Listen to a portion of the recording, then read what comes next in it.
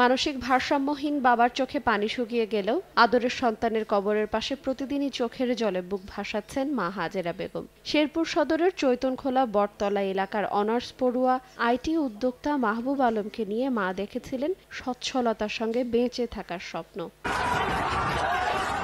স্বৈরাচার পতনের ঠিক আগের দিন বিকেলে ছাত্র জনতার আন্দোলনের মিছিলে জেলা প্রশাসনের গাড়ি দ্রুতগতিতে চাপা দেয় মাহবুব, সৌরভ সহ আরো কয়েকজনকে। রাজপথ রক্তাক্ত করে মাহবুব পাড়ি জমান না ফেরার দেশে। এ ঘটনায় গেল মাসের ১৯ তারিখ জেলার সাবেক ৩ এমপি সহ ৪৮১ জনের নামে মামলা দায়ের করা হলেও এখনো কাউকে গ্রেফতার করা হয়নি। প্রকৃত দোষীদের গ্রেফতার করে আইনের আওতায় আনার দাবি স্বজনদের।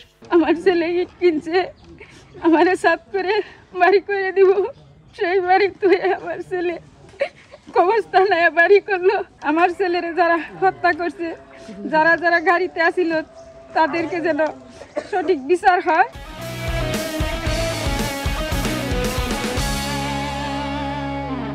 এইভাবে যাতে হত্যা করতে না পারে, কারো মায়ের খালি করতে না পারে, কারো ভাইয়ের যাতে হত্যা না করতে পারে। প্রশাসনের গাড়ি দ্বারা আমার ভাইকে শহীদ করা হয়েছে, আমি সেই প্রশাসনের বিচার চাই। দায়ীদের বিচারের আওতায় আনার আশ্বাস পুলিশের। আমাদের কাজ হচ্ছে আইনের আওতায় নিয়ে আসা যারা দুষ্ট লোক, সুতরাং সেটা আমরা করব। এটা একটু ধৈর্য ধরেন, ইনশাল্লাহ এটা আপনারা পাবেন। বৈষম্য বিরোধী আন্দোলনে জেলায় আন্দোলনরত অবস্থায় ২ জন গাড়ি চাপায় এবং একজন গুলিবিদ্ধ হয়ে নিহত হয়েছেন।